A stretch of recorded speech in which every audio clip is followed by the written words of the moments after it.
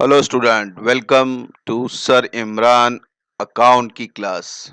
Today we are going to solve question number 7 which is appearing in your Maharashtra State Board textbook in page number 118. आज जो हम कर रहे हैं ये है क्वेश्चन नंबर 7 जिसके पहले के हमने वीडियो बनाए हैं क्वेश्चन नंबर 1 से लेके क्वेश्चन नंबर 6 तक। तो सारे के वीडियो आप यहाँ पे देखो आई बटन आ रहा होगा ऊपर राइट कॉर्नर में, इसको आप क्लिक करेंगे तो यहाँ पे आपको क्वेश्चन नंबर 1 से लेके 2, 3, 4 सब मिल जाएंगे। तो मैं चाहता हूँ कि आप क्वेश्चन नंबर 1 से 6 तक पूरा देखें, फिर ही आपको ये चैप्टर समझ में आएगा। और सारे क्वेश्चन ऑर्डर वाइज चेक करें, कोई जंप ना मारे और सारे वीडियो को विदाउट स्किप करके देखें, तो ही जाके आपको चैप्टर क्लियर समझ में आएगा।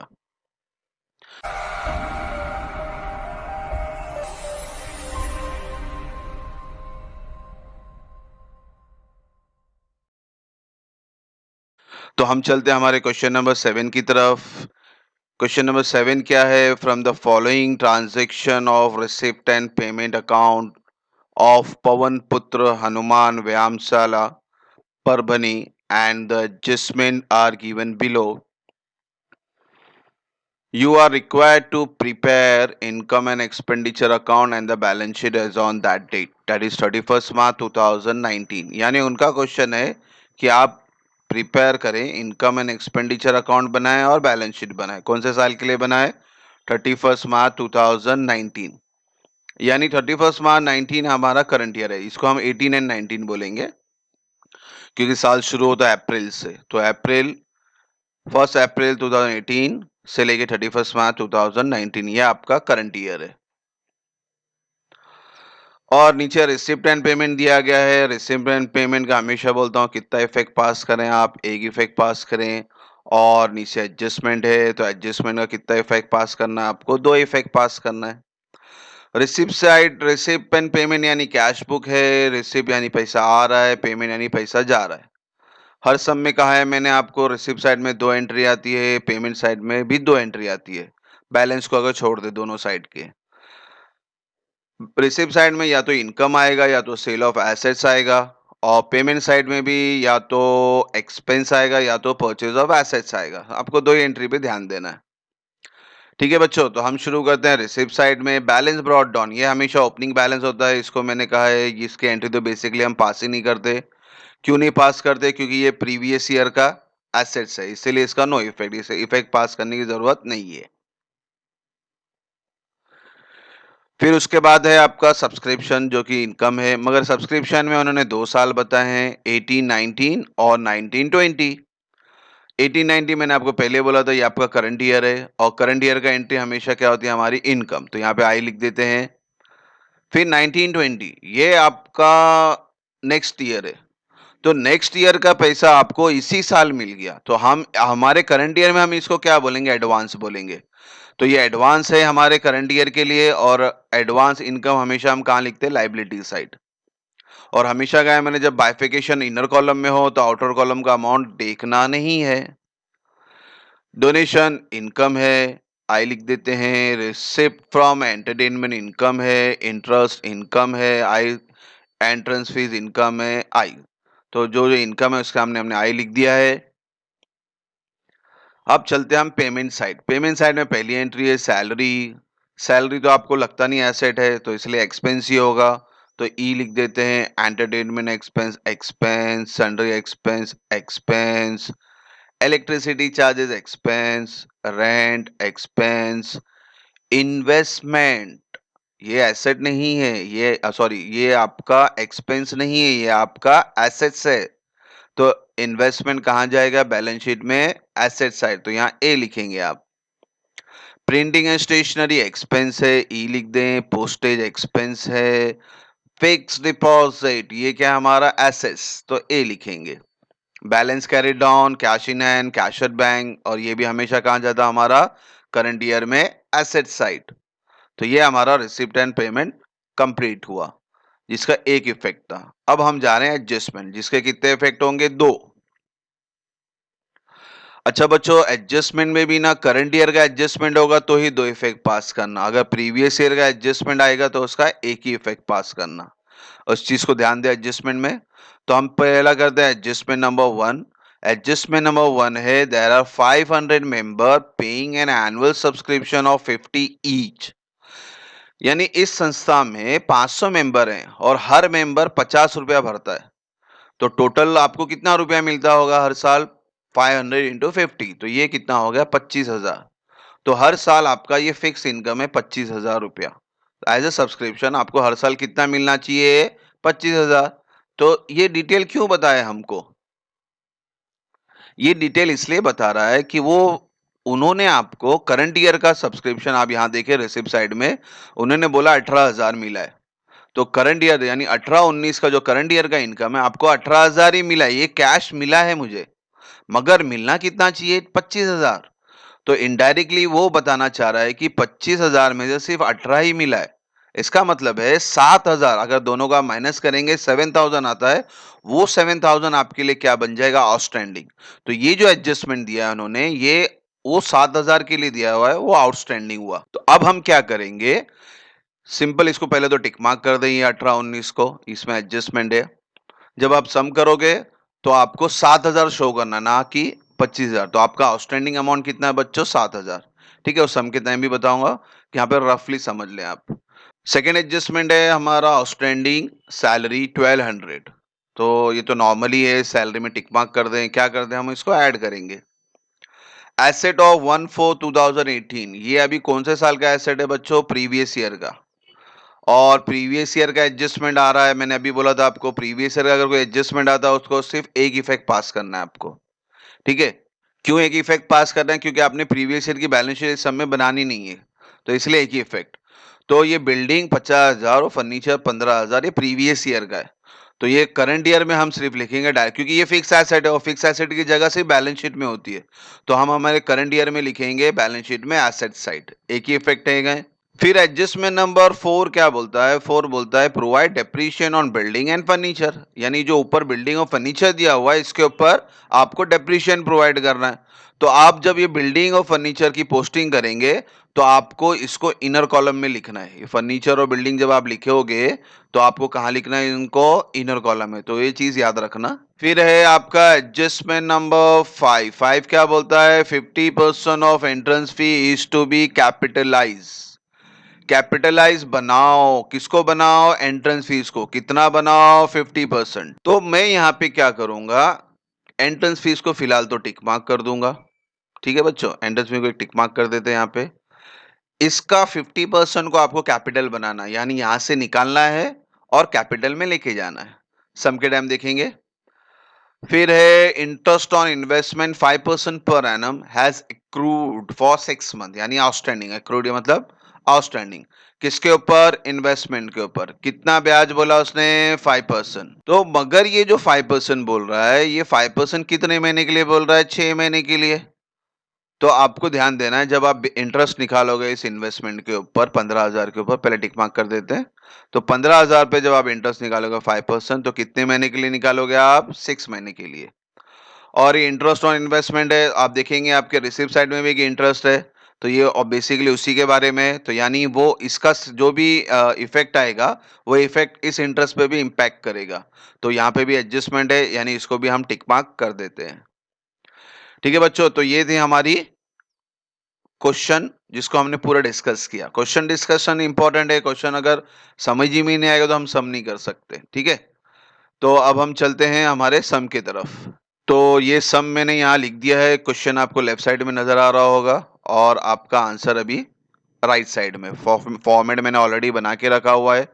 Income and expenditure account for the year ended 31 March 2019, debit और क्रेडिट, यानी एक्सपेंडिचर और इनकम। और नीचे है बैलेंस शीट आपका 31 मार्च 2019। ठीक है बच्चों, अगर बच्चों देखो स्क्रीन अगर छोटी दिख रही है, अगर मोबाइल में आप देख रहे हो तो आप इसको हॉरिजॉन्टल कर दे मोबाइल, तो आपको क्लियर स्क्रीन और अच्छी तरह से नजर आएगी। लैपटॉप या कंप्यूटर में देख रहे हो तो कोई दिक्कत नहीं। हाँ, अगर आप मोबाइल में देख रहे हो तो इसको हॉरिजॉन्टल देखना। ठीक है, तो अभी हम पोस्टिंग शुरू करते हैं। तो पहला एंट्री है हमारा, हम हमेशा क्रेडिट से शुरू करते हैं, यानी पेमेंट से। तो सैलरी है, तो सैलरी ई लिखा है, यानी ई फॉर एक्सपेंस। तो ये सारे ई वाले कहाँ लिखना है आपको? एक्सपेंस में। और इंट्रोडक्शन में भी बताया था मैंने आपको, डेबिट वाला क्रेडिट में, क्रेडिट वाला डेबिट में। ये रूल हमेशा याद रखें। तो हम शुरू करते हैं सैलरी से। सैलरी 6000 एक्सपेंस, मगर इस पे टिक मार्क है, टिक मार्क है तो इसका अमाउंट यहाँ लिखेंगे हम लोग इनर कॉलम में। तो सैलरी लिख दिया हमने 6000 इनर कॉलम में, एक लाइन छोड़ देना है आपको। फिर है एंटरटेनमेंट एक्सपेंस, ये भी आएगा मगर इस पे एडजस्टमेंट नहीं है तो इसका अमाउंट आउटर कॉलम में। फिर है आपका सन्ड्री एक्सपेंस, ये भी आएगा आउटर कॉलम में।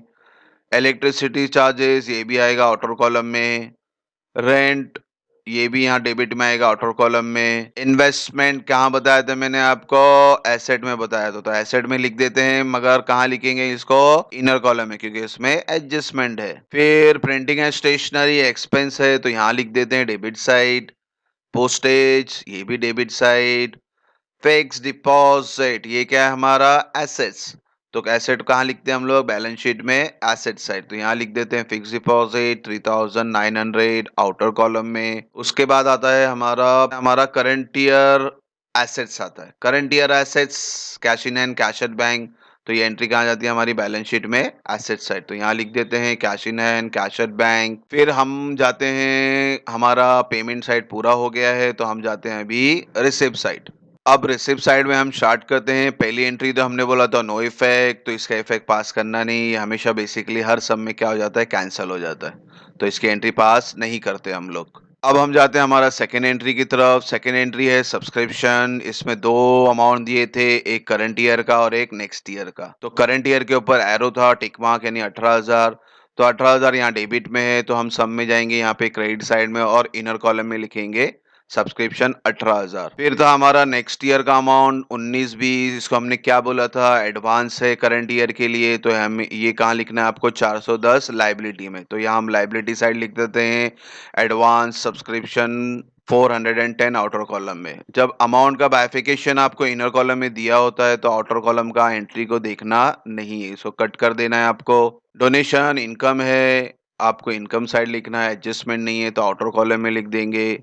फिर रिसीव फ्रॉम एंटरटेनमेंट, ये भी इनकम है, इसको भी लिखते हैं, एडजस्टमेंट नहीं है, आउटर कॉलम में लिख देते हैं। इंटरेस्ट, इस पे एडजस्टमेंट था तो इनकम है, मगर इसको हम यहाँ लिखेंगे तो कहाँ लिखेंगे? इनर कॉलम में लिखेंगे 400। नेक्स्ट एंट्री है हमारी एंट्रेंस फीस, इस पे भी एडजस्टमेंट है तो इसको भी जब हम लिखेंगे तो यहाँ पे इनर कॉलम में लिखेंगे। अब हमारा पूरा बैलेंस रिसिप्ट एंड पेमेंट पूरा कंप्लीट होता है, तो आप रिसिप्ट एंड पेमेंट को छोड़ते हैं। अब हम जाते हैं हमारे एडजस्टमेंट की तरफ। पहला एडजस्टमेंट मैंने आपको बताया था कि 500 मेंबर हैं, 50 रुपया एक जन से आ रहा है, यानी टोटल आपको 25,000 रुपया मिलना चाहिए। कितना मिलना चाहिए? 25, 500 इंटू 50, 25,000 रुपया आपको हर साल का इनकम है, फिक्स इनकम है।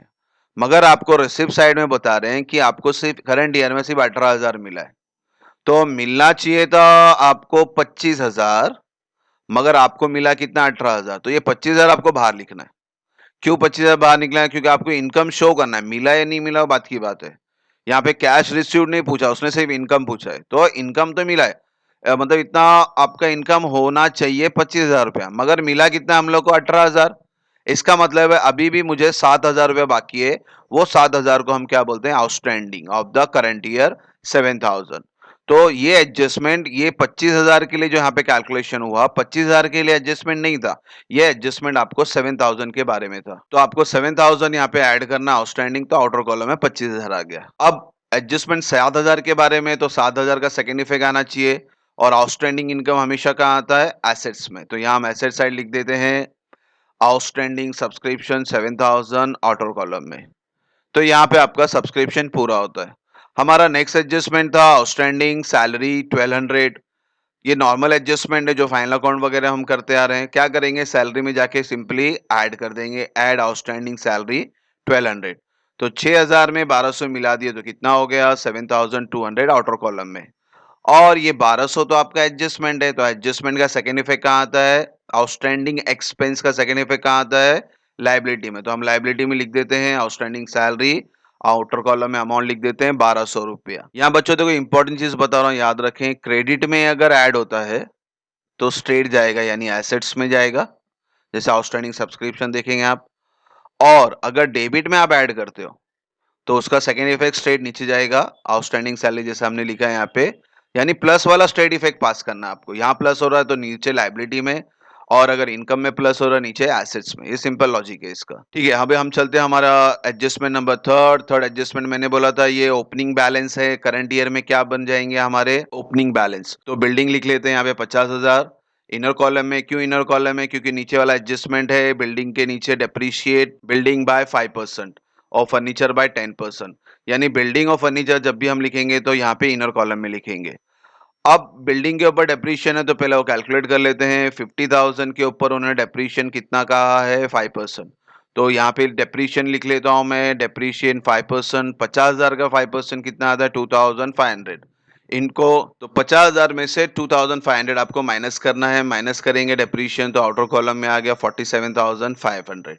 और ये 2,500 आपका एक्सपेंस है। एक्सपेंस कहाँ जाता है आपका? इनकम एंड एक्सपेंडिचर अकाउंट में डेबिट साइड। तो यहाँ लिख देते हैं टू डेप्रीशिएशन ऑफ बिल्डिंग 2,500। तो बिल्डिंग कंप्लीट हो गया हमारा। अब जाते हैं फर्नीचर की तरफ। फर्नीचर प्रीवियस ईयर में कितना था? 15,000। तो 15,000 आप यहाँ पे एसेट्स में इनर कॉलम लिखना है, क्योंकि इसके ऊपर भी डेप्रीशिएशन कहा था उन्होंने। कितना डेप्रीशिएशन कहा था उन्होंने? 10%। तो 10% फर्नीचर का निकाल लेते हैं डेप्रीशिएशन। तो 15,000 का 10% कितना है? 1,500। तो आउटर कॉलम में कितना आ जाएगा आपका? 13,500। और ये 1,500 जो डेप्रीशिएशन आया 1,500, इसका सेकेंड इफेक्ट कहाँ लिखते हैं अपन? इनकम एंड एक्सपेंडिचर अकाउंट में डेबिट साइड। तो यहाँ लिख देते हैं to depreciation furniture 1,500। Next adjustment है हमारा 50% of entrance fee is to be capitalize. यानी वो बोला है कि एंट्रेंस फीस का 50% वो चाहता है कि कैपिटल बनाए, यानी लायबिलिटी बनाने को कह रहा हो। तो हम क्या करेंगे? एंट्रेंस फीस में 50% माइनस कर देंगे। तो 6,200 का 50% देखेंगे तो ये हो गया 3,100। और आउटर कॉलम में भी उतना ही आएगा 3,100। और ये 50% जो हमने 3,100 निकाला है कैपिटल फंड, वो आपको क्या करना है? लायबिलिटी में कैपिटल के नीचे जाके ऐड करना है। तो यहाँ लिख देते हैं capital fund plus entrance fees 3,100। तो इस तरह से आपका एंट्रेंस फीस कंप्लीट होता है। फिर हमारा नेक्स्ट एडजस्टमेंट है interest on investment 5% has crude for 6 month. Accrued मैंने बोला आउटस्टैंडिंग है। आपका जो इन्वेस्टमेंट था क्वेश्चन में दिया था 15,000 का इन्वेस्टमेंट है। इस 15,000 के ऊपर आपको 5% निकालना है। पर एनम कहा है? पर एनम बोलो तो 12 महीना, मगर उन्होंने डेट मंथ बता दिया है कि आपको सिर्फ 6 महीने के लिए ही चाहिए। चलिए मैं आपको वर्किंग नोट बताता हूँ। आप यहाँ नीचे देखें, आपको वर्किंग नोट आएगा। वर्किंग नोट में क्या लिखा है? 15,000 इंटू 5% इंटू 6 महीना आ रहा है इसलिए डिवाइड बाय 12। तो आपका जो इंटरेस्ट आता है आउटस्टैंडिंग इंटरेस्ट वो आता है 375। आउटस्टैंडिंग इंटरेस्ट यानी हमने कमाया मगर हमें मिला नहीं। कब मिलेगा? Next year. तो आपको सिंपल क्या करना है? इन्वेस्टमेंट में जाके क्या कर देना है? इसको ऐड कर देना है। Add outstanding interest 375। तो आउटर कॉलम में हो गया 15,375। अब ये इंटरेस्ट इसी साल का है। इन्वेस्टमेंट में आपको इसी साल का है। एक होना अलग चीज है, एक मिलना अलग चीज है। तो है जो चीज है वो इनकम एंड एक्सपेंडिचर अकाउंट में आपको शो करना ही करना है, भले आपको मिला या नहीं मिला। नेक्स्ट ईयर तो मिलेगा ना, उम्मीद है। तो सिंपल है, जाके आपके इंटरेस्ट में करंट ईयर का एक इंटरेस्ट दिया हुआ है 400, उसमें भी जाके आपको क्या करना है? प्लस कर देना है 375। तो यानी आपको करंट ईयर में एक्चुअली आपने कमाया 775, भले आपको मिला था 400। वो इंपॉर्टेंट नहीं है। जब आप इनकम टैक्स वगैरह रिटर्न फाइल करते हो तो वो आउटस्टैंडिंग प्रीपेड उनको कोई लेना देना नहीं। वो चाहते हैं कि 1 अप्रैल से लेके 31 मार्च के बीच एग्जैक्ट एंट्री क्या है वो बताइए। मिला नहीं मिला, नहीं मिला यानी आप माफ थोड़ी ना कर, आप तो लेने वाले हो। तो इनकम टैक्स वाले क्या करते हैं? वो करंट ईयर का एग्जैक्ट फिगर देखते हैं। 375 हमने कैलकुलेट किया मगर हमको मिला नहीं, तो नेक्स्ट ईयर मिलेगा, नो इशू। तो सिंपल है, इंटरेस्ट क्या करेंगे? इन्वेस्टमेंट में ऐड करेंगे, और यहाँ पे भी जो इंटरेस्ट है इसमें भी जाके क्या कर देंगे? ऐड कर देंगे। फिर है हमारा लास्ट एडजस्टमेंट। लास्ट एडजस्टमेंट है कैपिटल फंड। कितना है कैपिटल फंड? 70,000। ये वापिस से 1/4/2018 यानी प्रीवियस ईयर से आ रहा है। तो ये भी क्या है? हमारा करंट ईयर लायबिलिटी। जो कैपिटल फंड यहाँ लिखा है लायबिलिटी में, यहाँ पे जाके 70,000 इनर कॉलम में लिखना। कैपिटल हमेशा कहाँ लिखना है आपको? इनर कॉलम में। तो इस तरह से मेरी सारी एंट्री अब कंप्लीट होती है। अब हमारा लास्ट स्टेप आता है closing the account. Closing account सबसे पहले हम कहाँ से शुरू करते हैं? इनकम एंड एक्सपेंडिचर से। हम क्या करते हैं? क्रेडिट को प्लस करते हैं और डेबिट को प्लस करते हैं। फिर जो बड़ा रहेगा वो टोटल हम दोनों साइड लिख देते हैं, और फिर हम डिफरेंस निकालते हैं डेबिट को क्रेडिट से माइनस करने के बाद। चलो मैं आपको पहले वर्किंग नोट बता दूं। तो यहाँ आप नीचे वर्किंग नोट देख लें। क्या है वर्किंग नोट? ये देखो यहाँ पे क्रेडिट का टोटल आया 40,275 और डेबिट का टोटल है 20,880। अच्छा बच्चों, ये दोनों में से कौन बड़ा है? क्रेडिट बड़ा है कि डेबिट? क्रेडिट बड़ा है। तो मैं क्या करता हूँ, सबसे पहले क्रेडिट का टोटल दोनों साइड लिख देता हूँ। यहाँ पे भी लिख देते हैं और यहाँ पे भी लिख देते हैं। फिर क्या किया हमने, डेबिट को क्रेडिट से माइनस कर दिया, तो बैलेंस आता है 19,395, 19,395। और बैलेंस हमेशा बोलता हूँ, बैलेंस हमेशा कहाँ जाता है? Lower side. तो आपका लोअर साइड कौन सा है? यहाँ पे डेबिट लोअर है, क्योंकि डेबिट का टोटल 20,000 है, तो डेबिट लोअर है। तो इसलिए बैलेंस जो 19,395 आया है, इसको भी आपको कहाँ लिखना है? डेबिट में ही लिखना है। तो यहाँ लिख देते हैं डेबिट साइड, और इसको डेबिट वाले को नाम क्या देना है आपको? To surplus. ये आपका बैलेंसिंग फिगर है 19,395, 19,395 ये आपका बैलेंसिंग फिगर आया। और अब ये बैलेंस सरप्लस आ चुका है आपका 19,395, और सरप्लस यानी नेट प्रॉफिट जैसा ही है। तो फाइनल अकाउंट में हम क्या करते थे? नेट प्रॉफिट को कैपिटल में ऐड करते थे। तो यहाँ पे भी सरप्लस को भी जाके क्या करेंगे? कैपिटल में ऐड कर देंगे। तो यहाँ लिख देते हैं सरप्लस 19,395। तो ये शिफ्ट हो गया है सरप्लस। अब क्या करेंगे? अब आपका टोटल कैपिटल करके इसको बाहर कर देंगे। 70,000 प्लस 310 प्लस 19,395। तो आप ये तीनों प्लस करोगे तो आपका टोटल आता है 92,495। तो इस तरह से आपका लायबिलिटी का भी टोटल पूरा हो गया और आपका एसेट्स का भी टोटल पूरा हो गया। और लास्ट स्टेप है हमारा, लास्ट स्टेप क्या करना है आपको? बैलेंस शीट को टैली करनी है, यानी एसेट का टोटल और लायबिलिटी का टोटल सेम आना चाहिए। तो हमारा दोनों साइड का टोटल सेम आ रहा है 94,105, 94,105। लायबिलिटी का भी टोटल है 94,105, एसेट्स का भी टोटल है। इस तरह से हमारा सम कंप्लीट होता है पूरा। रिवाइज कर रहा हूं आपको एक बार, आप क्वेश्चन नंबर 1 से 6 पूरा देखें, वीडियो स्किप ना करें। क्वेश्चन एक्चुअल जो क्वेश्चन सम जो आपका स्टार्ट हो रहा है वो क्वेश्चन 6 से ही स्टार्ट हो रहा है, क्योंकि 1 से 5 आप देखेंगे तो आपको वर्किंग नोट की तरह बताया गया है कि एक एक एंट्री कैसी आती है। सब्सक्रिप्शन आया तो कैसा करना, स्टॉक ऑफ स्टेशनरी मेडिसिन आया तो उसको कैसा करना, how to close the account. तो 1 to 5 एक्चुअली वर्किंग नोट है, मगर मैं चाहता हूं कि आप पूरा 1 to 5 एक्चुअली पूरा देखें, तब जाके आपको क्लियर आइडिया मिलेगा, फिर आप सम को सही से कर सकेंगे। तो 1 से 5 वर्किंग नोट है और 6 से एक्चुअल सम स्टार्ट होता है। इस मेरा लास्ट वीडियो 6 था, वो भी बना दिया है मैंने। सबके वीडियो के लिंक मैंने डिस्क्रिप्शन में भी दे दिए हैं। पूरा वीडियो सही से वॉच करें, कोई डाउट वगैरह नहीं हो तो पूरा वीडियो चेक करें सही से, तो आपको कोई डाउट नहीं होगा। और जितने भी वीडियो बने गए हैं सबका लिंक आपको डिस्क्रिप्शन में मिल जाएगा या तो प्लेलिस्ट में मिल जाएगा। Hope so there will be no doubt. Thank you for watching the video. God bless you.